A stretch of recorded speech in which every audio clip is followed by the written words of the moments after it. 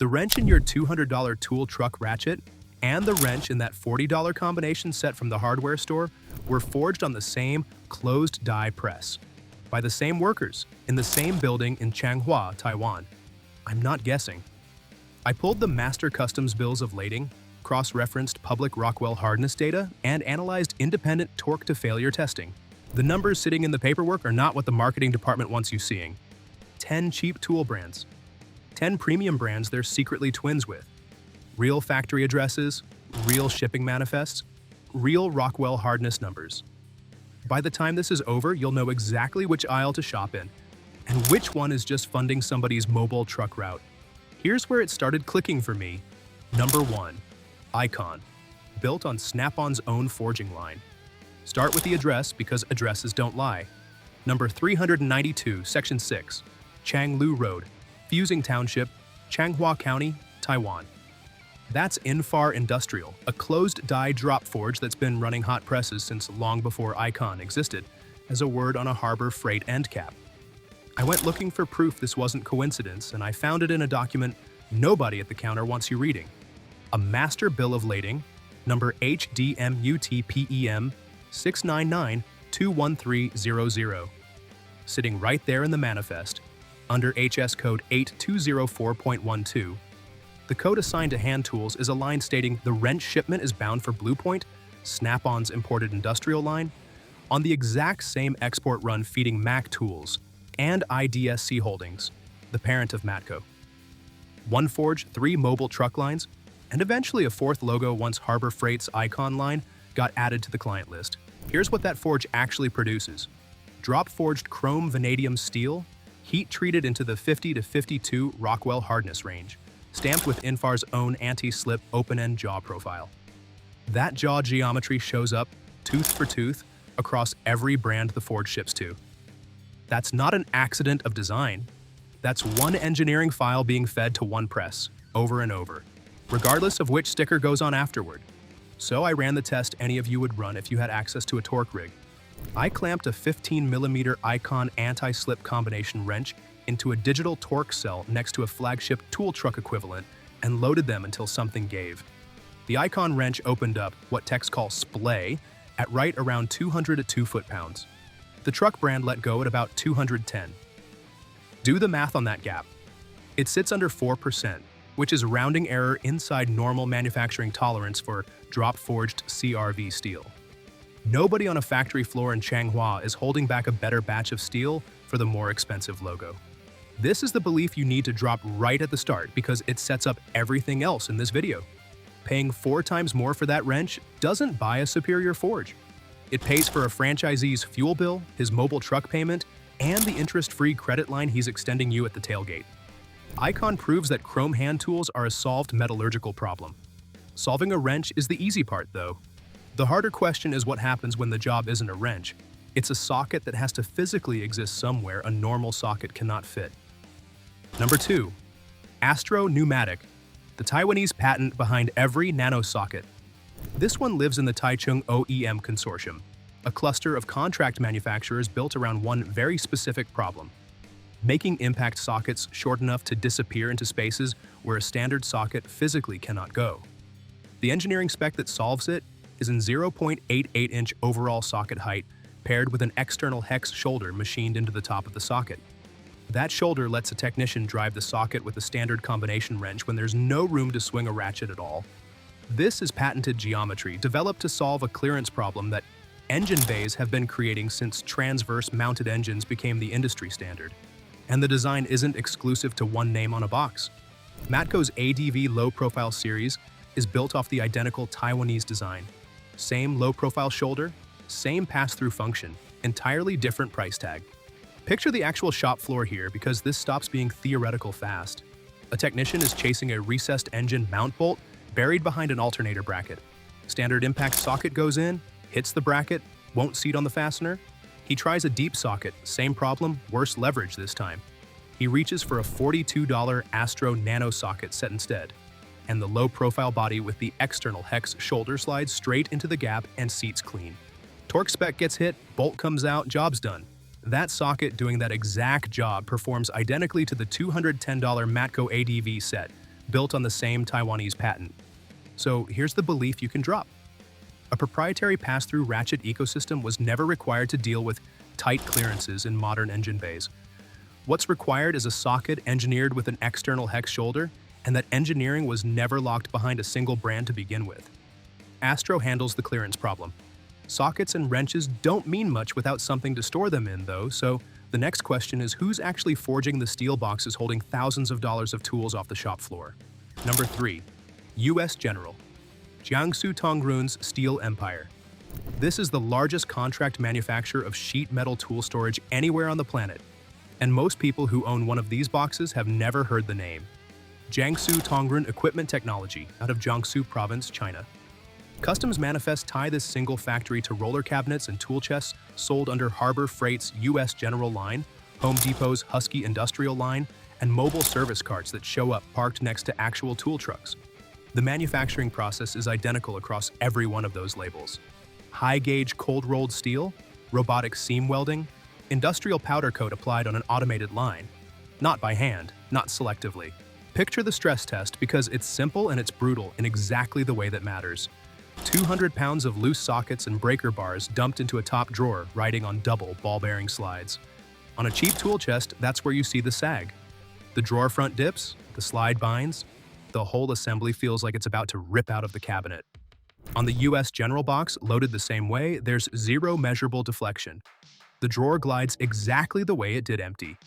That's not a secret ingredient inside U.S. General's engineering. It's the fact that this box comes off the exact same welding jig as one that costs 6 times as much. Which gets us to the belief you need carrying you through the rest of this video. Tool chest strength is a function of steel gauge and slide weight rating. Period. It has nothing to do with the badge riveted onto the drawer front. And if pulling apart shipping manifests and matching serial numbers back to factory addresses like this is exactly the kind of thing that makes you distrust every price tag you walk past in a hardware store, that's the whole reason this channel exists.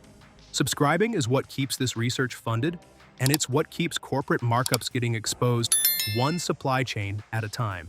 U.S. General has heavy storage locked down. The next question is, what happens when you walk into a retail auto parts counter expecting a disposable ratchet, and instead find a mechanism that has no business being that good? Number 4. Carlyle. GPC's professional-grade secret. Carlyle is the private label flagship of Genuine Parts Company, the Fortune 200 giant that also owns Napa. This isn't some fly-by-night import brand slapped on a peg hook. It's a multi-billion-dollar public company running a professional tool line through its own parts counters, sourced directly from master Taiwanese forges, like Cabo and Infar Industrial, the same forge from Section 1. The component overlap here is specific and verifiable. Slim head, 90-tooth ratchet architecture, and locking flex head mechanisms that show up almost identically inside Matco and Mac Tools' import lines. Here's a scenario most mechanics watching this have actually lived through. A ratchet strips out mid-job, teeth slipping under load right when you need it least. On a tool-truck relationship, you're waiting for the route to swing back through, sometimes days out, sometimes with the truck's parts back-ordered because they're shipping in from overseas anyway. Walk into a Napa counter instead, and the replacement happens the same day, over the counter. No paperwork, no waiting on a schedule that isn't yours. The belief-breaking part matters more than people give it credit for. An over-the-counter lifetime warranty does not require a mobile route relationship to function. A retail distribution hub with inventory on the shelf can back the exact same promise a tool truck brand makes minus the truck. Carlyle nails chrome ratchet parity at the parts counter. Chrome tools can flex a little under load and survive, though. Specialty driver bits can't. So the next question is, who's actually making the steel that refuses to twist off under real torque? Number 5. Vim Tools. Taichung's S2 bit specialists. This is where the metallurgy gets genuinely specific because the answer isn't harder steel wins. Vim Tools sources directly from a cluster of Taichung specialists focused entirely on S2 tool steel bit production. That same OEM line supplies stubby torques, triple square, and half-cut driver bits to Capri Tools and to Mac Tools' own specialty bit line. S2 tool steel runs high in silicon, somewhere around 0.68 to 0.72% carbon, and 0.90 to 1.20% silicon, and it's heat-treated up into the 58 to 60 Rockwell hardness range. That's genuinely hard steel, engineered specifically for torsional yield strength rather than raw impact absorption. Look at what happens under torque testing. Apply 85 foot-pounds of static torque to a T40 Torx bit. A low-grade carbon steel bit under that load snaps clean, no warning, just gone. The VIMS2 bit, under the same load, flexes slightly and holds its tip geometry. It doesn't round out the fastener head because the tip hardness never degrades under torque the way a soft bit does. The belief you need to update is a little more technical, but it's worth understanding correctly. Press fitting an S2 steel tip into a chrome vanadium base isn't a manufacturing shortcut to save money. It's deliberate dual alloy engineering. A hard, shear-resistant tip for torsional strength, mated to a tougher, more ductile base that absorbs the shock of impact use without cracking. That's applied materials science, not a cost-cutting move. Vim has specialty bits covered. The next question is, who's building the heavy steel stands holding up a 65-pound miter saw on an actual job site? Number 6. Hercules, the fabricator behind two rival brands. Changhua Yahoo Tools out of Zhejiang Province, China, specializes in aluminum die castings and tubular steel fabrication, and it's the source behind folding miter saw stands sold under two brands most shoppers assume are direct competitors: Harbor Freight's Hercules line and DeWalt's own official shop accessory line. Same heavy-walled tubular steel. Same quick-release mounting bracket design, rated to the same industrial job site load capacities. The teardown proves it. Mount a 65-pound sliding compound miter saw onto a Hercules stand, then perform the same mount onto the DeWalt equivalent. Pull the mounting brackets apart and compare the extrusion dies used to form them. Identical. Same locking lever hardware. Same casting seams in the same locations. This isn't two engineering teams independently landing on the same solution. It's one factory running one set of tooling for two different customers. Which brings up a belief that a lot of job site guys resist accepting.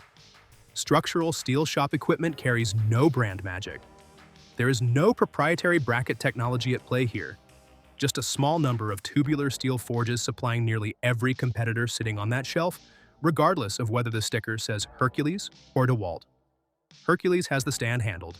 The 90-tooth ratchet mechanism sitting in every mechanic's toolbox has its own forging story, and that one involves a patent fight that reshaped an entire product category. Number 7. Tekton, Cabo Tool Company's patent architecture. Cabo Tool Company and Hi-Ten, both based in Taichung, function as master contract forges, the kind of operation that doesn't just stamp out parts, but develops the mechanical architecture other companies then license or copy outright. The 90-tooth internal gear mechanism, the tight 4-degree arc swing, and the precision torque wrench assemblies coming out of these forges show up not just in Tekton, but in Carlyle, Matco, and Williams' Taiwanese import line as well. The CRV bodies get heat-treated into the 48 to 50 Rockwell range, engineered specifically to clear ASME torque thresholds, while still keeping a thin head profile for clearance in tight bolt patterns. Sit with this stress test for a second, because it directly disproves a myth a lot of old-school mechanics still repeat. Run 50,000 continuous stress cycles on a Tekton 3/8-inch ratchet under 150 foot-pounds of load. 0 pal tooth shearing. 0 directional lever slip. 50,000 cycles isn't a weekend of shop use. That's years of daily professional wear compressed into a lab environment, and the mechanism holds through all of it.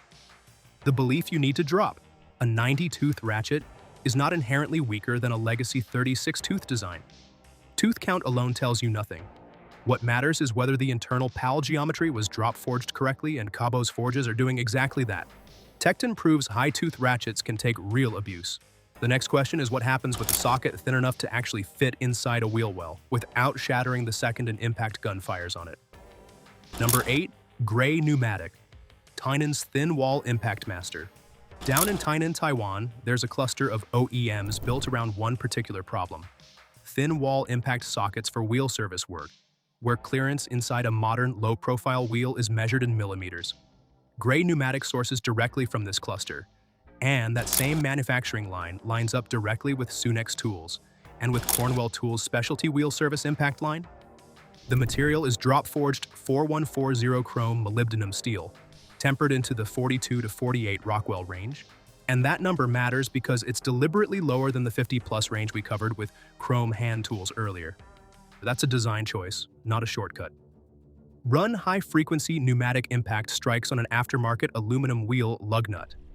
A standard chrome socket in that environment shatters, because chrome steel is hard but also brittle under repeated shock loading. The gray pneumatic CRMO wall, under the identical impact strikes, flexes slightly and absorbs the shock without fracturing. Here's a belief that trips up a lot of buyers who assume harder always means better. It doesn't, not for impact sockets. Lower hardness in the 42 to 48 range provides the ductility needed to absorb pneumatic shock without exploding into shrapnel. And shrapnel from a shattered impact socket is a real safety hazard, not just an inconvenience. Gray pneumatic keeps impact sockets from turning into shrapnel. The next question is, who's cranking out the millions of utility knives and pliers sitting on every big box shelf in the country? Number 9. Swisstech and Aero. Inside Great Star's global supply empire. Great Star Industrial, headquartered in Hangzhou, is one of the largest OEM manufacturers on the planet, and most consumers walking through a hardware store have never heard the name once. Great Star owns Swisstech and Aero outright as house brands. At the same time, that same company operates as the primary contract manufacturer for Stanley Black & Decker's offshored Craftsman hand tools, for Husky, and for Bluepoint utility lines. One company sits on both sides of the transaction, manufacturer and, in some cases, competing retail brand, running automated facilities across China and Vietnam that produce millions of units a year. Run the teardown yourself if you don't believe it. Take a Swisstech utility knife and a Craftsman equivalent, open both housings side by side. The spring latch mechanisms match, the blade housing geometry matches, even the internal casting marks, the tiny imperfections left behind by the mold itself, line up. The belief here is uncomfortable for anyone carrying brand loyalty. Iconic, heritage American tool brands routinely outsource entire consumer product lines to the same Asian manufacturing conglomerate that turns around and sells its own house brand on the shelf right next to them. There's no real wall between premium and budget here, just one factory serving both sides of the aisle. Great Star has mass-market hand tools locked down at massive scale. Precision instruments, laser levels, measuring tools that need to hold tolerance down to a fraction of a degree require a different kind of factory altogether. Number 10. Empire Level, Kotung's Precision CNC Pipeline. Empire Level is owned by Tektronic Industries, TTI, the same parent company behind Milwaukee Electric Tool Corporation. The manufacturing itself happens at Kotung Manufacturing in Taichung, Taiwan, a precision CNC house, not a stamping plant. Import Yeti Customs records show Kotung exporting precision CNC turned aluminum components directly to Snap-on Logistics, to Empire Level, and to Milwaukee's own Precision Measurement Division, all off the same production line. Here's the verification test that settles the old argument about which level is more accurate. Put a billet aluminum torpedo level under an optical comparator, a tool that measures dimensional tolerance down to fractions of a thousandth of an inch. The jaw-milled vial seats and the CNC edge tolerances on the Empire Level unit match the tool truck diagnostic grade equivalent down to the micron. Not close. Matching. That's the last belief this video needs to change. Precision doesn't come from the color of the liquid in a vial, and it doesn't come from a brand's reputation for being the professional choice. It comes from the multi-axis CNC milling center that actually cut the aluminum. If that machine is the same machine, the tolerance is the same tolerance, regardless of what gets silk-screened onto the housing afterward. The multi-100% markup on a tool truck isn't buying better metallurgy. It's funding a mobile route, a franchise fee, and a marketing budget. Buy from the brands using these exact same forges: Icon, Astro, US General, Carlyle, VIM, and Tekton. Put that money back in your own pocket. If you want to keep exposing these markups, subscribe and drop the next brand you want audited in the comments. Stop paying for the sticker.